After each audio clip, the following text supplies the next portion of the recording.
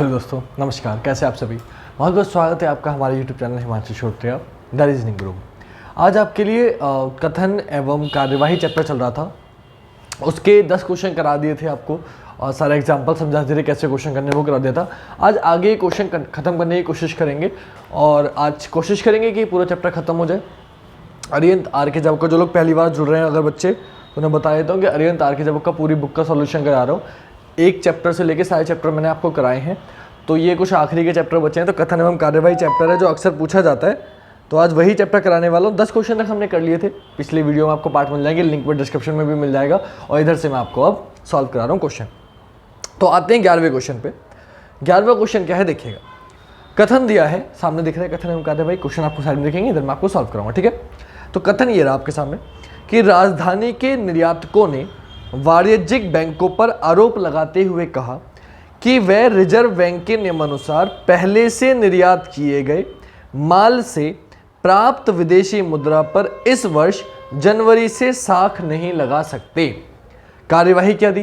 पहले कार्यवाही दी वाणिज्यिक बैंकों के वह अधिकारी जो इस मामले से संबंध है उन सबको जल्दी ही निलंबित कर दिया जाना चाहिए। और दूसरा, भारतीय रिजर्व बैंक द्वारा वाणिज्यिक बैंकों को ऐसा निर्देश देने से रोका जाएगा। अब आपको समझना पड़ेगा कि इसका मतलब क्या है। तो अगर आप इस क्वेश्चन पे गौर से ध्यान दें तो आपसे क्या बोला गया कि राजधानी के निरीक्षकों ने वाणिज्यिक बैंकों पर आरोप लगा दिया और क्या कह दिया कि वह रिजर्व बैंक के नियमानुसार पहले से निर्यात किए गए माल से प्राप्त विदेशी मुद्रा पर इस वर्ष जनवरी में साख नहीं लगा सकते, यानी टैक्स नहीं लगा सकते। कहने का मतलब यह है। अब पहला था वाणिज्यिक बैंकों के वह अधिकारी जो इस मामले से संबंध है उनको जल्दी निलंबित किया जाएगा। तो निलंबित करने वाली इसमें कोई बात नहीं है। क्यों नहीं है? क्योंकि अगर वो ऐसा कर रहे हैं तो उन्होंने क्या कहा है, आरोप लगाया है। आरोप अभी सिद्ध नहीं हुआ है तो निलंबित करने की बात ही नहीं। अलग तो कोई भी लगा सकता है ना। तो अभी साबित नहीं हुआ है तो आप ये नहीं कह सकते निलंबित कर दो या किया जाएगा। तो पहला वाला गलत। दूसरा, भारतीय रिजर्व बैंक द्वारा वाणिज्यिक बैंकों को ऐसा निर्देश देने से रोका जाएगा, यानी कि रिजर्व बैंक द्वारा क्या किया जाएगा कि ऐसे बैंकों को रोका जाएगा कि ऐसे निर्देश मत दो आप। तो ये भी गलत है। क्यों? क्योंकि रिजर्व बैंक किसी भी आरोप को अगर वो सिद्ध हो चुका होता तो बात सही होती। ये सिर्फ आरोप लगाया। फिर वाली बात, जब आपने आरोप लगाया अभी सिद्ध नहीं है तो आप कैसे बोल सकते हो? तो इसलिए ना पहला सही ना दूसरा सही, आंसर हो जाएगा दोनों कार्यवाही क्या है, गलत है। दोनों कार्यवाहियां गलत है। डन हो गई बात। आते हैं बेटा 12वें क्वेश्चन पे। 12वां क्या है देखिएगा। 12वें क्वेश्चन में आपसे बोला गया कि कंपनी के अधिकारी ने बताया कि उसकी अलमारी से कुछ धन गायब हो गया। ठीक है, बता दिया कुछ धन गायब हो गया, होने दो, क्वेश्चन साइड में दिख ही रहा है। पहली कार्रवाई क्या दी? उसे सारे धन को स्टाफ के साथ मिलकर पुनः गिनना तथा उसका बैलेंस शीट से मिलान करना चाहिए। और दूसरा, उसे पुलिस को बुलाना चाहिए। अब देखिए, कंपनी के अधिकारी ने बताया कि उसकी अलमारी से कुछ धन गायब हो गया। अब अगर अलमारी से कुछ धन गायब हो गया ऐसा उसने बताया है तो पहला वाली कार्रवाई बिल्कुल सही कि उसे सारे धन को स्टाफ के साथ मिलकर पुनः गिनना तथा उसका बैलेंस शीट से मिलान करना चाहिए, क्योंकि हो सकता है कि क्या हो गया हो, थोड़ा बहुत गिनने में गड़बड़ हो चुकी हो, जो कि हो सकती है ना।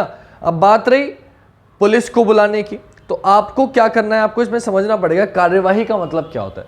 कार्यवाही का मतलब ये होता है कि पहले आपने कार्यवाही क्या करोगे, इन दोनों में से आपको अगर पहले काम करना होगा तो आप क्या करोगे, आप सबसे पहले उसको और लोगों के साथ दोबारा गिनोगे, बैलेंस शीट से चेक करोगे कोई गलती तो नहीं है। जो दूसरी बात है पुलिस को बुलाने की, वो तब होगी जब पहली कार्यवाही कर लोगे। और क्योंकि दोनों में से एक पहले हो रही तो आप सिर्फ वही लगा के आओगे जो पहली वाली सही है। अगर दोनों साथ साथ हुई, दोनों वैलिड हुई, दोनों लगाते, लेकिन दूसरी कार्यवाही आप तब तक नहीं कर सकते जब तक आप पहली कंप्लीट ना कर लो। तो क्योंकि दूसरी वाली पहली वाली पे डिपेंडेंट है, इसलिए दूसरी वाली गलत हो जाएगी, पहली वाली सही हो जाएगी। क्योंकि पहली कार्यवाही सबसे पहले करोगे कि अगर पैसे कुछ कम लग रहे हैं तो आप पहले बैलेंस शीट चेक करोगे अपने स्टाफ के साथ कि बैलेंस शीट में से गिनने में तो कोई गलती नहीं होगी, बैलेंस शीट में कोई गलती तो नहीं है, फिर आप जाके कहीं पुलिस को बुलाओगे। तो पहली वाली कार्यवाही बिल्कुल ठीक है, दूसरी वाली गलत है। आंसर क्या हो जाएगा, केवल कार्यवाही एक अनुसरण करती है। डन। आते हैं 13वें क्वेश्चन पे। 13वां क्वेश्चन क्या है देखिएगा। आपसे बोला सर्वोच्च न्यायालय ने निर्देश दिए हैं कि सरकारी कार्यों में पारदर्शिता लाने के लिए उनमें मैकेनिज्म लाने की आवश्यकता है, यानी कि कह सकते हो कि आप टेक्नोलॉजी का यूज करना है। सिंपल सा मैटर है कि पारदर्शिता मतलब कि कोई रिश्वत तो नहीं ले रहा, सब कुछ आमने सामने है, सब कुछ को पता है, हर किसी को पता है कि ये फाइल कब आई, कब गई, कैसे गई, मेरा काम कहाँ तक पहुंचा। जैसे आधार का वेरिफिकेशन है या कोई आपको आजकल एड्रेस चेंज करना है तो आपको पता है कि मैंने अपलोड कर दिया, आप खुद फोन पे बैठे बैठे कर सकते हो। तो ये बात चल रही है। सर्वोच्च न्यायालय ने निर्देश दे दिया कि सरकारी जो भी कार्य होंगे उनमें पारदर्शिता लाने के लिए आपको मैकेनिज्म लाने की आवश्यकता है। ठीक है, अब पहली कार्यवाही क्या दी, मेडलिटीज तैयारी करने के लिए सरकार को तत्कालिक कार्यकारी दल की नियुक्ति करनी चाहिए। और दूसरा, सरकार को सर्वोच्च न्यायालय को अपने निर्देश पर पुनर्विचार करने के लिए अपील करनी चाहिए। ये बहुत ही खतरनाक क्वेश्चन है बेटा। क्यों? क्योंकि अगर 13वें के क्वेश्चन पे आप ध्यान दो तो सर्वोच्च न्यायालय को अपने निर्देश पर पुनर्विचार के लिए गलत हो जाएगा, क्योंकि आप सर्वोच्च न्यायालय को सरकार ये नहीं कह सकती है कि आप अपने मुद्दे पे विचार करो। नहीं भाई, नहीं कर सकते आप। सर्वोच्च न्यायालय सबसे बढ़कर होता है ना, तो इसलिए दूसरा वाला तो गलत है। आप अपील नहीं कर सकते कि अपने मुद्दे पे दोबारा विचार करो, ऐसा नहीं हो सकता, ऐसा आप नहीं कह सकते। दूसरी कार्रवाई तो बिल्कुल गलत है। पहली वाली मेडलिटीज तैयार करने के लिए सरकार को तत्कालिक कार्यकारी दल की, बिल्कुल सही बात है कि जब सर्वोच्च न्यायालय ने आदेश दिया सरकार का काम है उस आदेश का पालन करना और जल्दी से जल्दी क्या करना, जल्दी से जल्दी आपको एक कार्यकारिणी दल की नियुक्ति करना जो इसको जल्दी से तत्काल प्रभाव में लेके आए। तो पहला वाला बिल्कुल सही है। आंसर हो जाएगा केवल कार्यवाही 1 अनुसरण करती है। केवल कार्यवाही 1 अनुसरण करती है। क्लियर? आते हैं 14वें क्वेश्चन पे। 14वां क्वेश्चन क्या है? 14वें क्वेश्चन में बेटा बोला कि देश की अच्छी आर्थिक स्थिति के बावजूद देश के ग्रामीण इलाकों में अल्प पोषित बच्चों की काफ़ी ज़्यादा संख्या पाई गई है। यानी कि बहुत ठीक है कि देश की आर्थिक स्थिति अच्छी है, लेकिन उसके बावजूद कई ग्रामीण इलाकों में जो गरीब बच्चे हैं उनकी जो अल्प पोषित, मतलब जिनको खाना पीना नहीं, गरीब बच्चों को खाना पीना नहीं मिल पा रहा, पोषित नहीं ढंग से, बहुत पतले हड्डी दिख रही हैं, ऐसे बच्चों की संख्या काफ़ी ज़्यादा पाई गई है। जबकि देश अच्छा है, उसकी आर्थिक स्थिति अच्छी, फिर भी ऐसा है। तो ऐसा क्यों है? पहली कार्यवाही क्या करनी चाहिए देखते हैं। सरकारी पहली कार्यवाही है सरकार को धनकर और आयकर बढ़ा देना चाहिए और धन का प्रयोग वंचित वर्ग के विकास के लिए करना चाहिए। मतलब कि जो अमीर लोगों पर टैक्स बढ़ा दो और उस धन का प्रयोग कहाँ करो, जो गरीब लोग हैं उनको खाना भी नहीं मिल पा रहा, जो बच्चे गरीब हैं, जब आर्थिक स्थिति अच्छी है तो यानी कि अमीर लोग हैं उस देश में, तो उनसे टैक्स वसूलो और जो गरीब लोग हैं बेचारे उनके कल्याण में लगा दो। पहला वाला बिल्कुल सही है, क्योंकि वो लोग ज़्यादा इतने अमीर हैं तो टैक्स दे सकते हैं ना थोड़ा गरीबों के लिए, तो इसलिए पहला वाला सही। दूसरा, सरकार को प्राथमिक स्कूलों में मुफ्त भोजन जैसी योजना शुरू कर देनी चाहिए और प्राथमिक शिक्षा को अनिवार्य कर देना चाहिए। दूसरा वाला भी सही है। क्यों? क्योंकि सरकार को क्या करना चाहिए, जो प्राथमिक स्कूल है, छोटे छोटे बच्चे जो हैं, क्योंकि बचपन में ही हमारा सब कुछ माइंडसेट और हमारी बॉडी वो सब कुछ बचपन में ही विकसित होती है सबसे ज़्यादा। तो अगर बचपन में क्या करना चाहिए कि जो मिड डे मील मिलता है ना बच्चों को स्कूल में, कि स्कूल में फ्री मुफ्त में भोजन देना चाहिए और क्या करना चाहिए कि प्राथमिक शिक्षा को अनिवार्य कर देना चाहिए ताकि हर बच्चा स्कूल जाए ही जाए। माँ बाप कोई भी जब निःशुल्क होगा तो बच्चे को भेजेंगे, अनिवार्य कर दोगे जब आप, और सबको मिड डे मील मिलेगा तो उनका पोषण अच्छे से हो जाएगा, बच्चा कोई भी अल्पोषित नहीं रहेगा। दूसरा वाला भी सही है। तो आंसर हो जाएगा दोनों कार्यवाही अनुसरण करती हैं, 1 और 2 दोनों सही हैं। ऑप्शन ई आपका आंसर हो जाएगा। 15वां क्वेश्चन, राज्य पुलिस शस्त्रागार से हथियारों की बड़ी संख्या में अवैध बिक्री में कम से कम 2 पुलिस अफसरों के शामिल होने के मामले के खुलासे के बाद पुलिस विभाग संदेह के दायरे में है। यानी कि पुलिस शस्त्रागार जो है वहाँ से हथियार कुछ कम हो रहे हैं और उसकी वजह से क्या हुआ, अवैध बिक्री हो रही है उसकी। जो पुलिस शस्त्रागार है वहाँ से जो हथियार है वो बेचे जा रहे हैं। तो अब उसकी वजह से कम 2 पुलिस वाले ऐसे हैं जिन पे क्या हो रहा है कि पक्का है कि 2 पुलिस वाले तो मिले हुए हैं इन्हें बेचने में सामान। तो इस वजह से क्या हुआ कि पुलिस पूरा का पूरा पुलिस जो है वो किसमें, संदिग्ध में है, यानी कि संदेह के दायरे में है। अब कार्यवाही क्या है वो देखते हैं। पहली कार्यवाही है हथियारों की अवैध बिक्री में शामिल लोगों को पकड़ने के लिए राज्य सरकार द्वारा संपूर्ण जांच के आदेश दिए जाने चाहिए। पहला वाला बिल्कुल सही है। सिंपल सी बात है, जो भी लोग ऐसा कर रहे हैं वो देश की प्रॉपर्टी, हमारे टैक्स से बंदूक वगैरह सब आती हैं, और अगर कोई उनको चुरा के बेच रहा है चाहे वो कोई भी हो तो उसके लिए क्या करना चाहिए, जाँच करनी चाहिए कि ऐसा किसने किया और जाँच करके उसको सजा मिलनी चाहिए। तो पहला वाला बिल्कुल सही है। दूसरा वाला क्या है?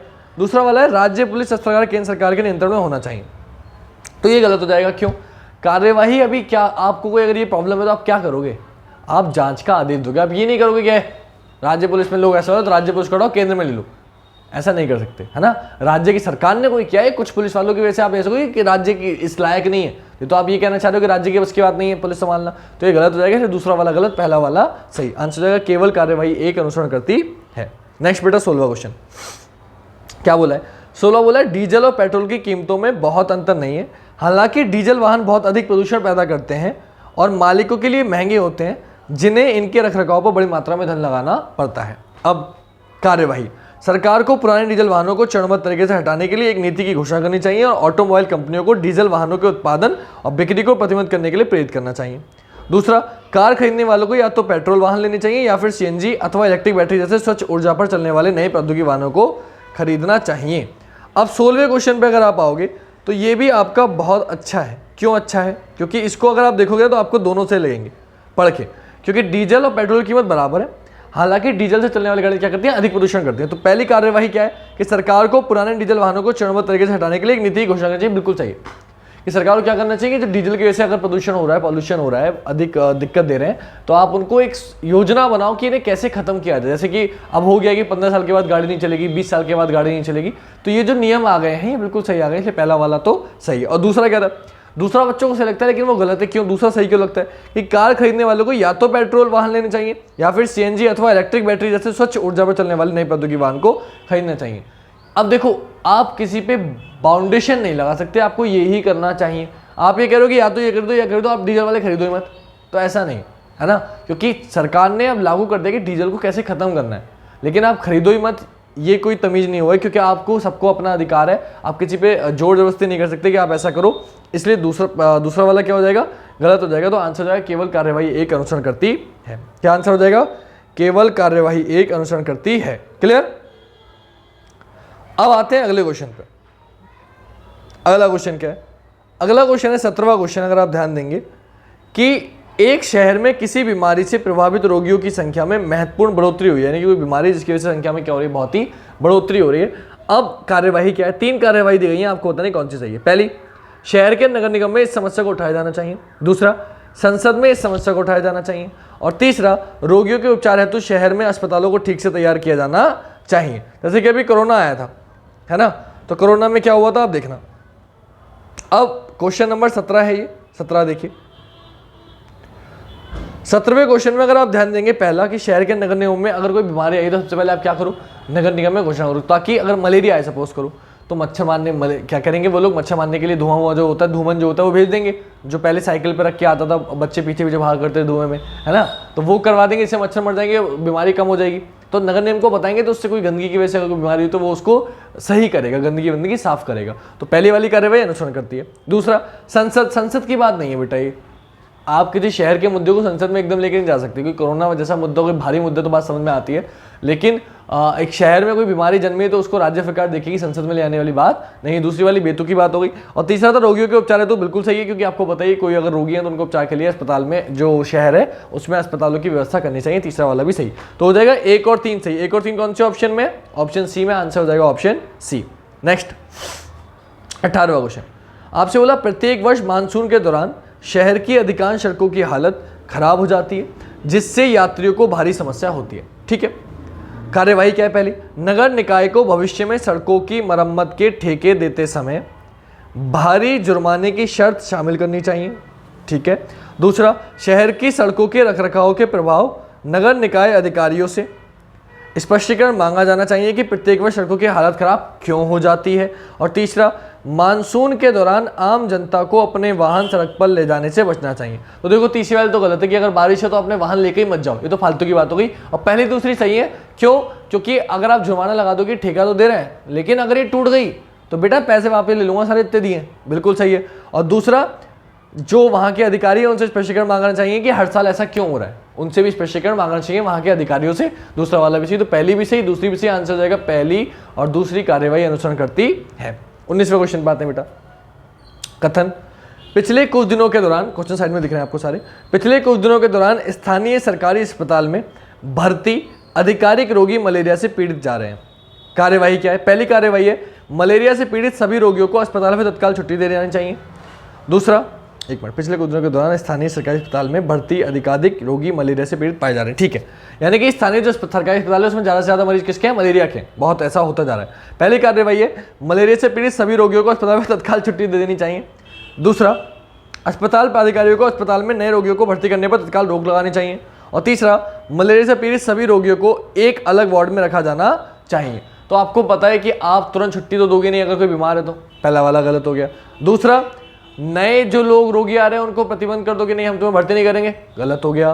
तीसरा वाला कि मलेरिया से पीड़ित सभी रोगियों को एक अलग वार्ड में, बिल्कुल सही है कि अगर मलेरिया फैल रहा है एक व्यक्ति पे दूसरे व्यक्ति में तो आप किसी को भर्ती करने से मना नहीं कर सकते, लेकिन हाँ आप उन्हें एक अलग वार्ड में रख सकते हैं जिससे और लोगों में ना फैले। तो तीसरा वाला सही है, तो आंसर है केवल 3। केवल 3 कौन से ऑप्शन है बेटा, ऑप्शन सी में, आंसर जाएगा ऑप्शन सी। 19वें क्वेश्चन का आंसर हो जाएगा ऑप्शन सी। क्लियर। 20वें क्वेश्चन पे आते हैं बेटा।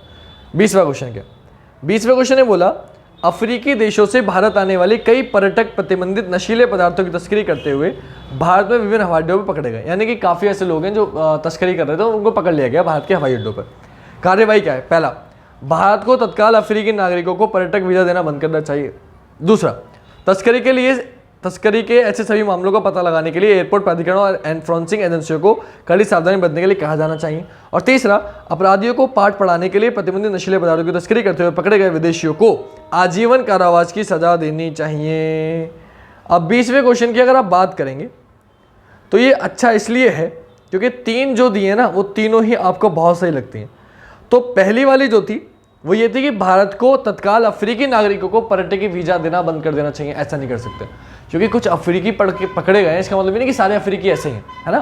कुछ ने ऐसा किया लेकिन आप सबको बंद नहीं कर सकते, इसलिए पहला वाला तो गलत हो गया।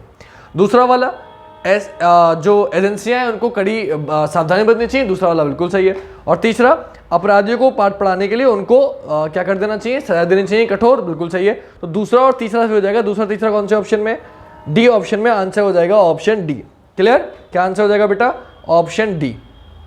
आते हैं 21वें क्वेश्चन पे। कथन है, पिछले 2 दिनों के दौरान भारी बेमौसम बरसात ने राज्य में सामान्य जनजीवन ठप कर दिया है।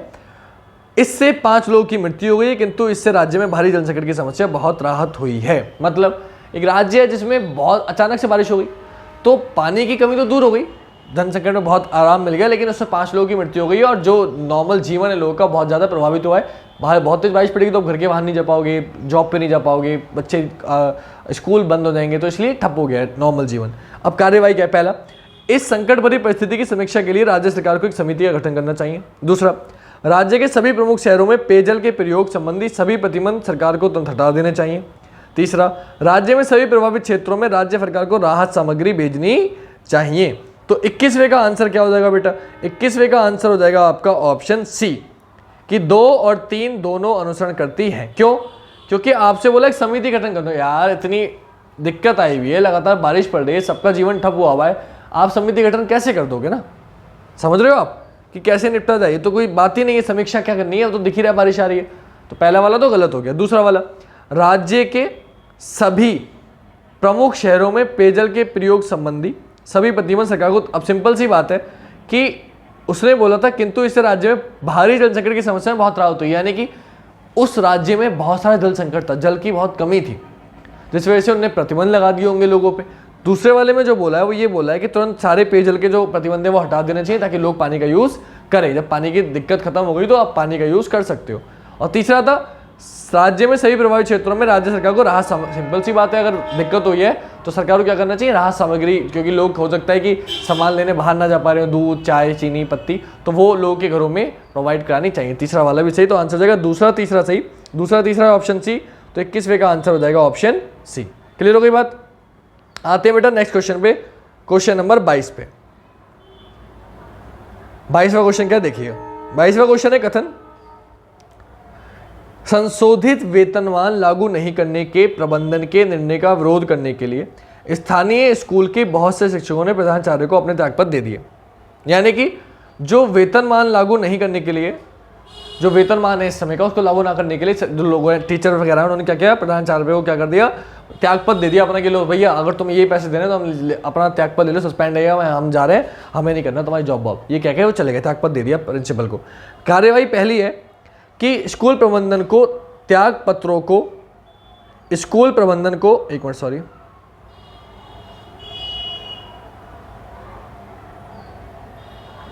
एक मिनट थोड़ा सा एक कॉल आ गई थी वो मुझे कट करनी पड़ गई, just minute, sorry for inconvenience. हाँ, क्वेश्चन पे आते हैं।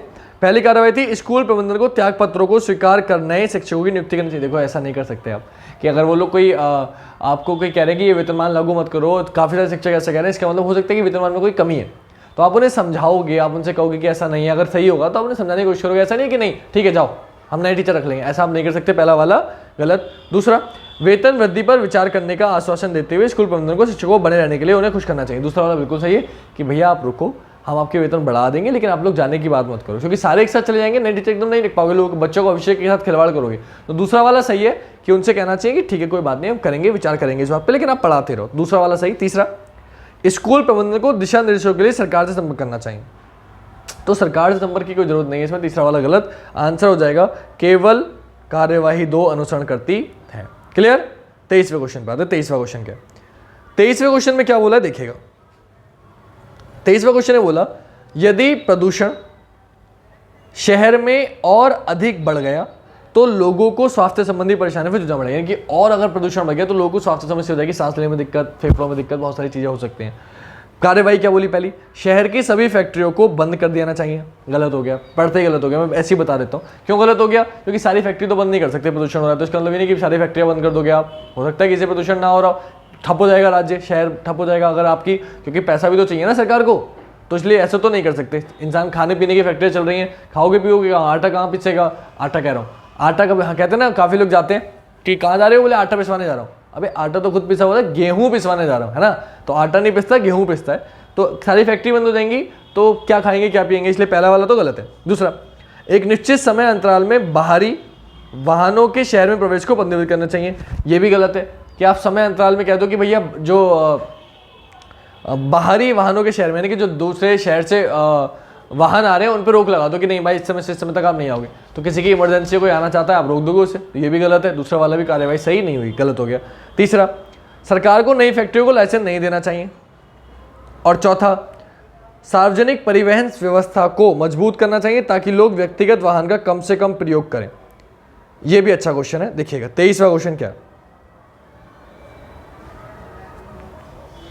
देखो 23वें पे अगर हम बात करें बेटा तो 23वें की तीसरा कथन जो है, पहला दूसरा तो गलत था ही, तीसरे में थोड़ा सा डाउट हो सकता है कि सरकार को नई फैक्ट्रियों को लाइसेंस नहीं देना चाहिए, तो ये सही होगा या नहीं होगा।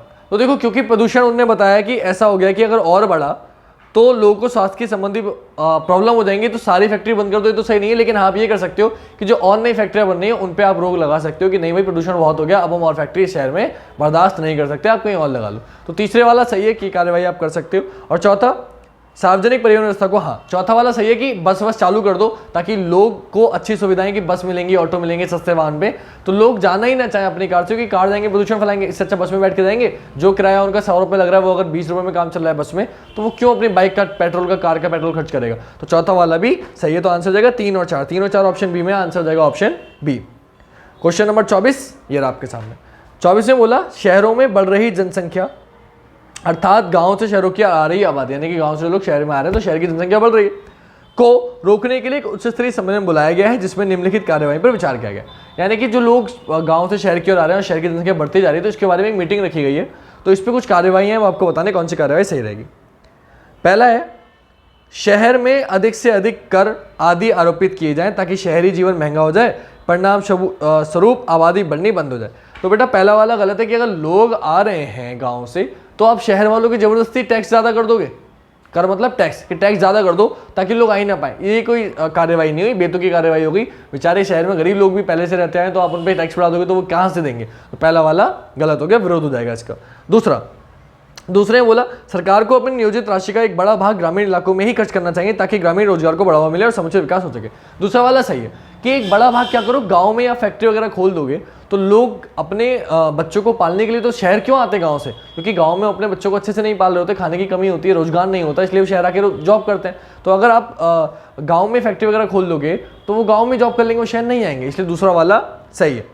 तीसरा, ग्रामीण अर्थव्यवस्था को बढ़ावा देने के लिए कृषि के अतिरिक्त अन्य रोजगार के लिए भी पूरी संरचना विकसित करनी चाहिए। तीसरा वाला बिल्कुल सही। गांव में लोग खेती पर निर्भर है सबसे ज़्यादा, तो खेती के साथ और भी काम वो कर सकें, ऐसा आपको सरकार को एक आयोजित करनी चाहिए, एक बैठक बनाओ, कुछ भी करो। तो तीसरा वाला भी सही है। चौथा, गांव में रहने वाले लोगों को वहीं रहने के लिए न्यूनतम प्रोत्साहन भत्ता देना चाहिए ताकि, तो चौथा वाला गलत है कि आप क्या करो, बहुत कम रुपए दे दो, न्यूनतम मतलब कम से कम, उन लोगों को कम से कम भत्ता दे दो कि आप लोग शहर में बताओ, लोग यहीं बैठ के खाते रहो, तो ये गलत हो जाएगा। ऐसा ये कोई कार्यवाही नहीं, इसलिए चौथा वाला भी गलत। आंसर हो जाएगा दूसरा और तीसरा। भाई दूसरा तीसरा कौन से ऑप्शन में है, ऑप्शन सी में है, तो 24वें का आंसर हो जाएगा ऑप्शन सी। क्लियर। 25वें क्वेश्चन पे आते हैं। 25वां क्वेश्चन है, बार बार कई घोषणाओं के बावजूद कि परीक्षा हॉल में मोबाइल फोन ले जाना मना है, 3 छात्र उनके मोबाइल फोनों सहित पकड़े गए हैं। ठीक है, अब कार्यवाही दी गई है आपको 6। पहली, मोबाइल फ़ोनों पर आजकल बहुत से फीचर होते हैं, उनकी सहायता से धोखा देना सरल है। अब देखो ये गलत है, आपसे बोला 3 छात्र पकड़े गए, तो कार्यवाही क्या है, ये कोई कार्यवाही नहीं हुई, पहले तो बेतुकी बात हो गई, तो पहला वाला गलत। दूसरा, निरीक्षक को तत्काल मोबाइल फोन जब्त कर लेना चाहिए ताकि छात्रों को तत्काल परीक्षा हॉल से निकल जाने को कहना चाहिए। दूसरा वाला बिल्कुल सही है कि मना करने के बावजूद भी अगर लोग पकड़े हैं तो क्या करना चाहिए, उनका मोबाइल जब्त कर लेना चाहिए, उनको परीक्षा से बाहर निकाल देना चाहिए। दूसरा वाला सही है। अभी तीसरा आते हैं। तीसरे बोला मोबाइल फ़ोन बहुत महंगे होते हैं, तो महंगे सस्ते की बात ही नहीं चल रही। आप कार्यवाही क्या करोगे अगर मोबाइल पकड़े जा रहे हैं उसमें, तो अभी देखोगे मोबाइल महंगे हो गए, इसका कोई सेंस ही नहीं है, गलत हो गया, आगे पढ़ने की जरूरत नहीं है। चौथा, ऐसी घटनाएं भी हुई जिनमें परीक्षा हॉल से जल्दी निकलने वाले छात्रों ने परीक्षा दे रहे छात्रों के बैगों में रखे मोबाइल फ़ोन चुरा लिए। तो अब इसका कार्यवाही क्या हुई है कि लोगों ने अगर मोबाइल चुरा लिया तो आप मोबाइल ले आने दो उन्हें, तो ये कोई कार्यवाही नहीं हुई ना। हमें कथन के अकॉर्डिंग कार्यवाही करनी है, तो कार्यवाही दूसरी वाली सही थी कि फ़ोन पकड़ गया तो निकाल दो। अब तक ऐसी कोई कार्यवाही नहीं, चौथी वाली भी गलत हो गई। पांचवी, स्कूल प्राधिकारी द्वारा छात्रों को अपने फोन परीक्षा से पहले निरीक्षक की कस्टडी में रखने के लिए कहा जाना चाहिए ताकि मोबाइल फोनों की चोरी को टाला जा सके। अब देखो पांचों वाला सही लग रहा है, बच्चे सही लगा के आएंगे, लेकिन आपको समझना यह है कि ऑलरेडी पकड़े गए हैं बच्चे, तो उसके बाद क्या कार्रवाई करोगे, आपसे ये पूछ रहा है। ये कह रहा है कि स्कूल प्राधिकारी द्वारा छात्रों को अपने फोन परीक्षा से पहले, तो परीक्षा से पहले की बात चल रही है यार, परीक्षा हो चुकी है, लोग पकड़े जा चुके हैं, तो आप पहले की बात नहीं कर रहे हैं। अब कार्यवाही अब क्या करोगे, अब तो पकड़े गए, अब आगे क्या करोगे ये बताओ, पहले क्या कर सकते थे ये मत बताओ। तो पांचवा वाला भी गलत हो गया। और छठा, अन्य कोई छात्र अपना फोन परीक्षा हॉल में नहीं ले गया था, ये आप नहीं बता सकते, छठा वाला भी गलत, यानी कि केवल दो। दूसरी वाली सही थी बी कौन से ऑप्शन में, ए ऑप्शन में, तो 25वें का आंसर हो जाएगा option A. Clear, option A आपका आंसर हो जाएगा। तो आई होप ये चैप्टर आपका खत्म हो चुका है, मैंने सारे क्वेश्चन करा दिए 25 के 25। आई होप आपको वीडियो अच्छी लगी हो। अगर वीडियो अच्छी लगी तो प्लीज़ लाइक कमेंट शेयर करना जरूर करना, और लाइक कमेंट ना भी कर तो शेयर जरूर करना, ताकि जो भी बच्चे आपकी तैयारी कर रहे हो कंपटीशन की उन तक वीडियो पहुंचे और वो उसको देख के कुछ सीख सके और अपना नंबर कंफर्म कर सके। क्योंकि एसएससी सीजीएल में अभी पेपर हुआ है, कथन कार्यवाही के क्वेश्चन आया है, कथन पूर्व वर्तमान के, ये जो चैप्टर कथन वाले करा रहा हूँ इनका एक क्वेश्चन आपको मिलना ही मिलना है। तो प्लीज़ आप ये वीडियो देखो ताकि आप ज़्यादा से ज़्यादा सीख पाओ और नंबर पूरे में से पूरे ला पाओ, क्योंकि मेरा मकसद है रीजनिंग की वजह से कोई बच्चा नहीं रहना चाहिए, रीजनिंग में पूरे में से पूरे नंबर आने चाहिए। अपनी तरफ से 100% दे रहा हूँ, बाकी थोड़ा सा प्यार आप दो, 100% अपनी तरफ से दो, दोनों 100% देंगे तो पक्का जॉब लग जाएगी, ऐसा मेरा मानना है। और दुआ तो मैं देते रहता हूँ आपको। साइड में आपको मेरा मोबाइल नंबर, व्हाट्सअप, फेसबुक सब दिख रहा है, इंस्टाग्राम वगैरह। टेलीग्राम से आप पीडीएफ डाउनलोड कर सकते हो। कल मैंने मास्टर रीजनिंग बुक की पीडीएफ डाली थी, इंग्लिश की एसपी बख्शी बुक की पीडीएफ भी डाली थी, तो आप वहाँ से बुक्स भी डाउनलोड कर सकते हैं। जीएस वगैरह के भी नोट्स पड़े हुए हैं, तो वहाँ से आप बुक डाउनलोड कर सकते हो और भी प्रैक्टिस के लिए क्वेश्चन कर सकते हो। बाकी अगर कोई भी डाउट हो तो आप मुझे इंस्टाग्राम, फेसबुक, व्हाट्सअप जहाँ भी नंबर सब दिख रहे हैं आप मुझे कहीं भी शेयर कर सकते हो, मैं उसका सोल्यूशन आपको जरूर बताऊंगा। तो आज अपनी वाणी को यहीं समाप्त करता हूँ, वीडियो को ज़्यादा लंबी नहीं करता। तो कल मिलेंगे आपसे, रोज़ रात 8 बजे आपकी वीडियो चलती है लाइव, कल रात 8 बजे भी चलेगी, तो आप प्लीज़ कल रात 8 बजे जरूर जुड़िएगा। तो आज के लिए इतने रखते हैं। जय हिंद, जय भारत, वंदे मातरम, शुभ रात्रि।